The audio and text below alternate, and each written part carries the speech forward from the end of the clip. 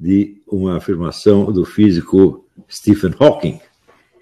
Ele disse que a existência das 4 forças físicas fundamentais, força nuclear forte e fraca, de gravitação e eletromagnetismo, bastaria para explicar a origem do universo a partir do nada.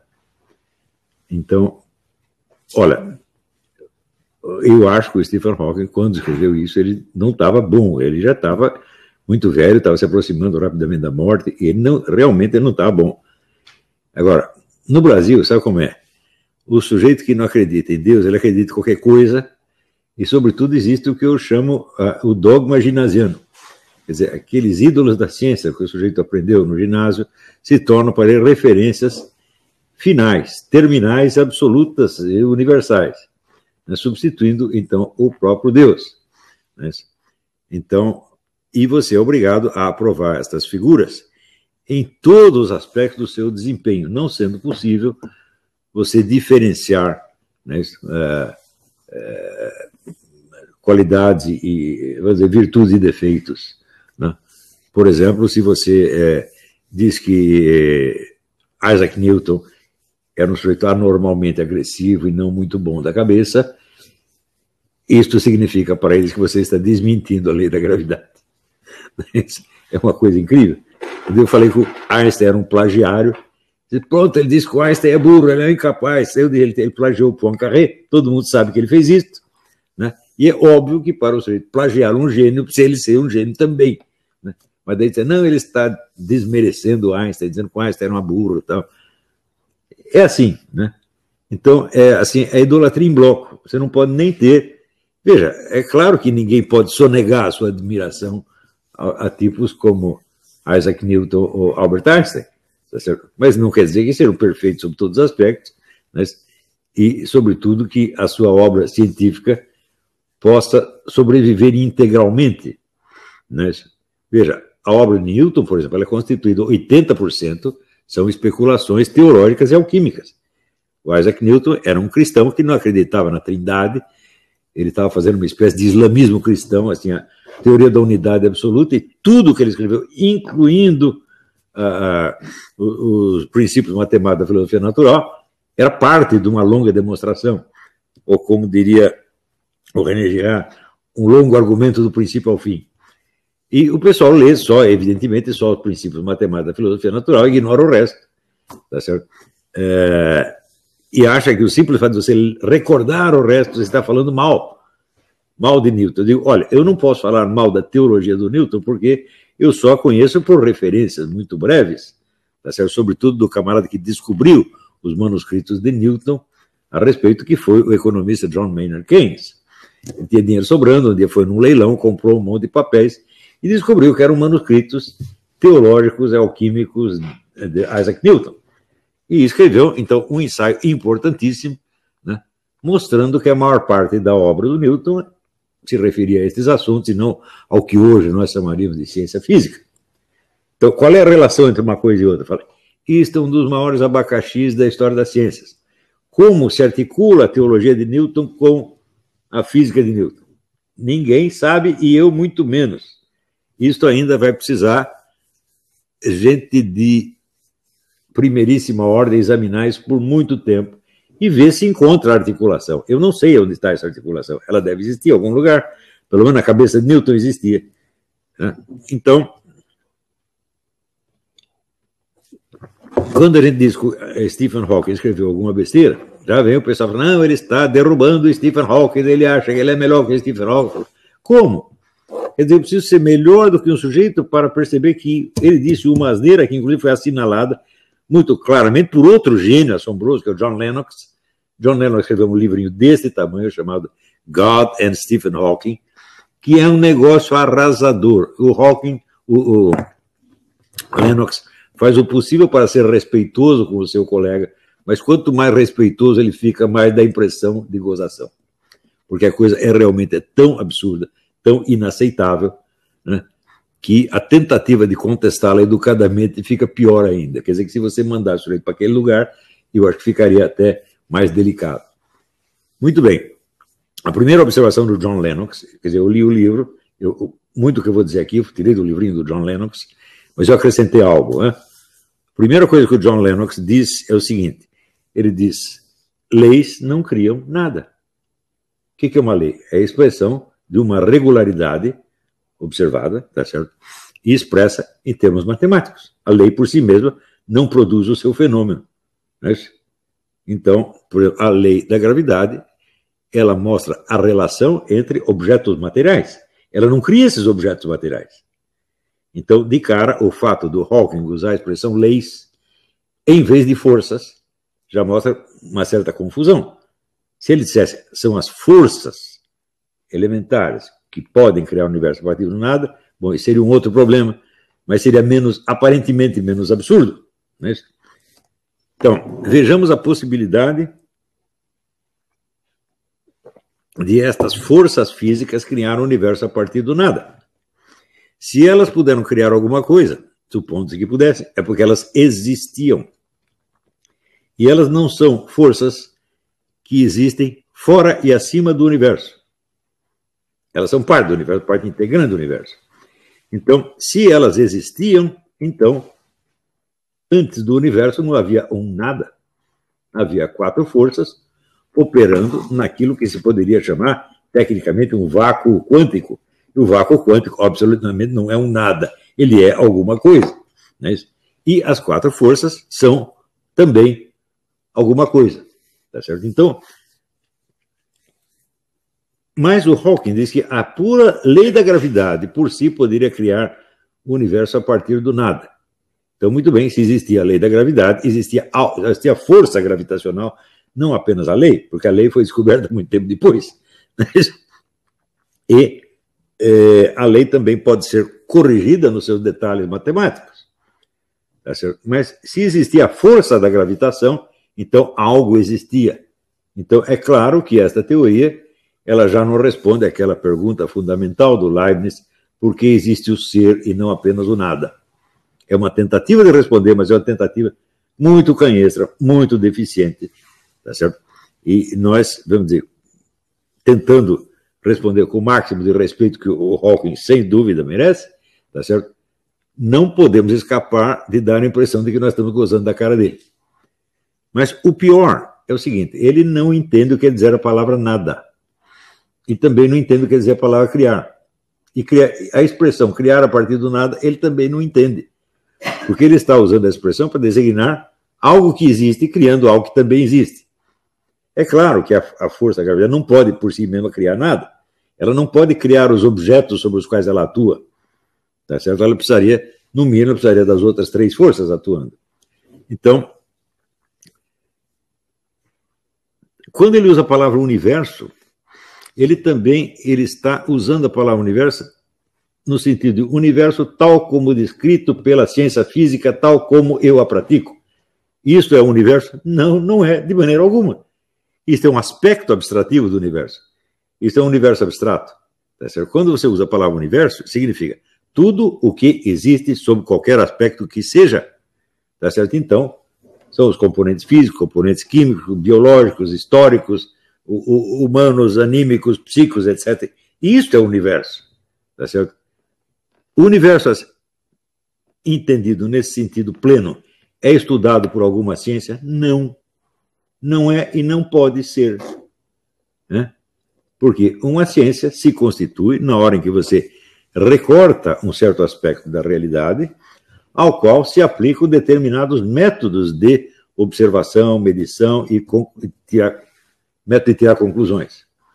Não se pode fazer isso com a totalidade, só com aspectos. Então, é isso que eu já lecionei em outras aulas. Não existe ciência da realidade concreta. Isso é impossível. Só existe ciência de aspectos abstrativos. Mas, se considerássemos a palavra universo no sentido cheio, isso é, como totalidade do existente, como poderíamos transformar a teoria do Hawking numa teoria científica? Para que ela fosse científica, seria preciso que ela tivesse uma base experimental. Então, temos de conceber alguma experiência que possa validar ou invalidar a teoria do Hawking, de que a lei da gravitação, por si, criou todo o universo. Ora, se nós tomarmos a palavra universo no seu sentido cheio, nós teremos que ver o universo desde as suas origens, as mais, por assim dizer, grosseiras e materiais, até as suas expressões psíquicas mais requintadas, entre as quais a obra do próprio Stephen Hawking. Então, teria que haver uma demonstração canônica que acompanhasse o processo causal desde a primeira origem, o primeiro objeto que a lei da gravitação teria criado, até a obra do Stephen Hawking, ou até a Capela Sistina, ou até qualquer instituição. E essa demonstração é obviamente impossível. Isso significa que a sugestão do Hawking nada tem de científica, ela é uma teoria metafísica, e mesmo assim é metafísica de muito baixa qualidade, porque ela é autocontraditória, ela usa os termos errados, e ela pretende ser científica quando não há a menor possibilidade desse tipo de experimento científico. Então, isso é para vocês entenderem como esses desastres podem acontecer na esfera de qualquer ciência, e acontecem de fato. Nós não precisamos desprezar a obra do Hawking por causa disso, porque o sujeito, um homem horrivelmente doente, né, numa cadeira de rodas, mal podendo falar, e no fim da vida, ele tem o direito à sua cota de Alzheimer, né? E não há, nada o desmerece por causa disso, porque antes ele fez coisas notáveis, né? E esse desejo de entrar no debate do ateísmo é que o fez, no último momento da sua vida, negar coisa que ele afirmava antes, né? Antes ele disse, por exemplo, Deus criou os números inteiros, né? Ou seja, ele acreditava em um Deus qualquer, do jeito dele, o Deus dos físicos. De repente deixou de acreditar e entrou no partido do Richard Dawkins o Daniel Dennett e outros. Né? Eu digo, bom, nós conhecemos os argumentos desses camaradas e eles sempre, sistematicamente, são baseados numa ignorância religiosa monstro. Né? E a primeira coisa que nos espanta é a ideia de jogar contra Deus a ideia de leis da natureza. Ora, nenhuma lei pode criar nada. A lei é apenas uma equação matemática. Ela expressa a relação entre objetos reais. Portanto, a própria formulação da lei pressupõe os objetos. Então, você não pode dizer que a lei criou os objetos cuja existência está pressuposta nela. Isso é muito, muito pueril. Ninguém faz uma coisa dessa. O Hawking fez, mas no fim da vida, gente. Né? Então,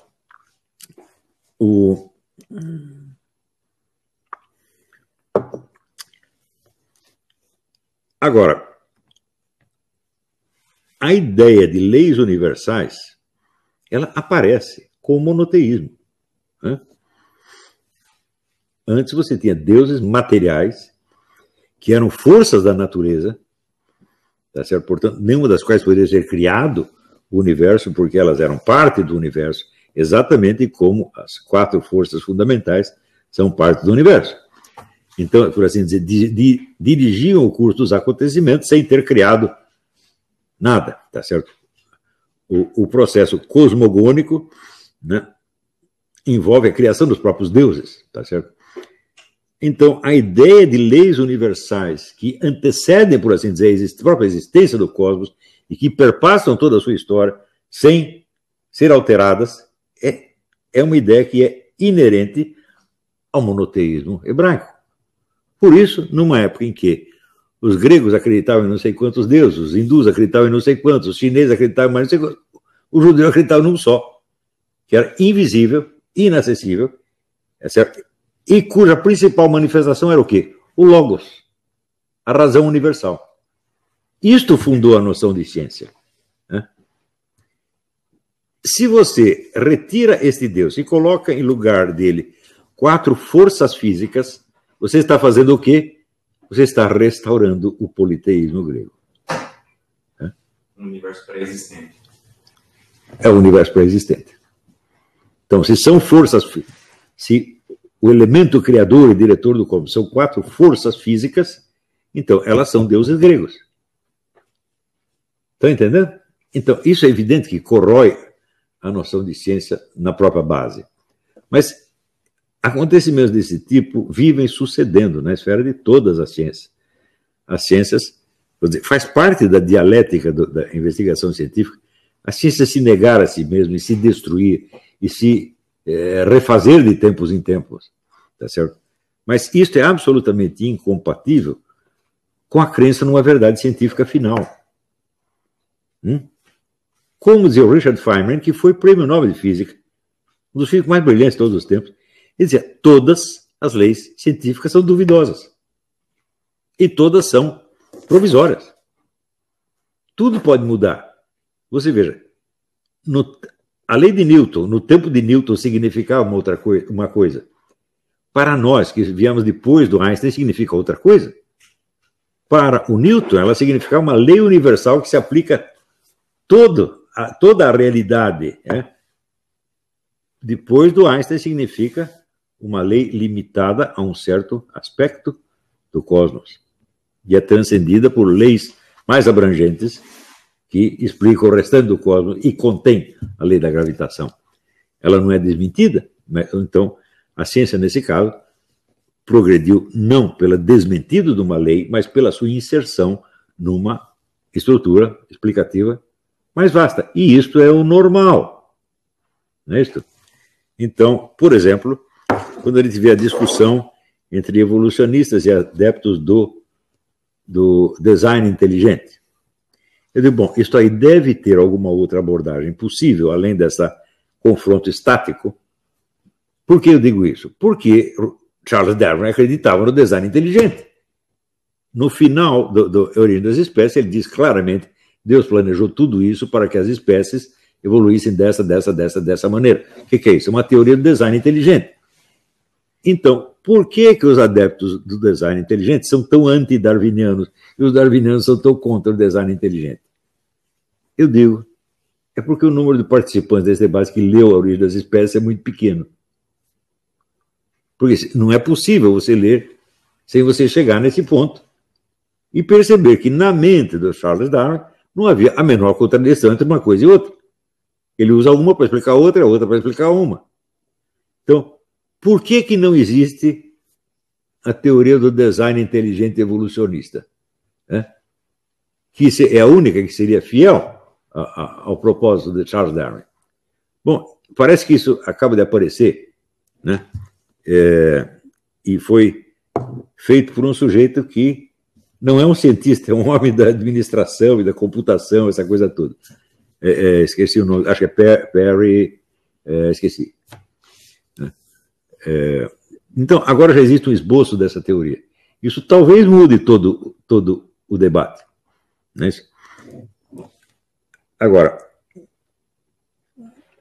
o ponto central é aquele levantado pelo David Berlinski, de que em biologia não existe uma demonstração canônica, como nós temos a demonstração da lei da gravitação.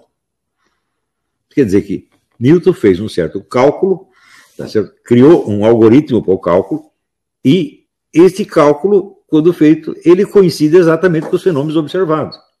Então, isso é ciência. Isso é uma conclusão que, dentro dos seus limites, é definitiva. Isso é importante, a expressão dentro dos seus limites, como Einstein demonstrou que, de fato, havia limites para aquilo, tá certo? Então, mesmo no caso de uma demonstração canônica, que pode ser considerada final, não é final, porque aquilo pode ser complementado e inserido dentro de esquemas explicativos mais amplos, dentro do qual aquele pedaço se torna só um domínio específico e não já a lei geral.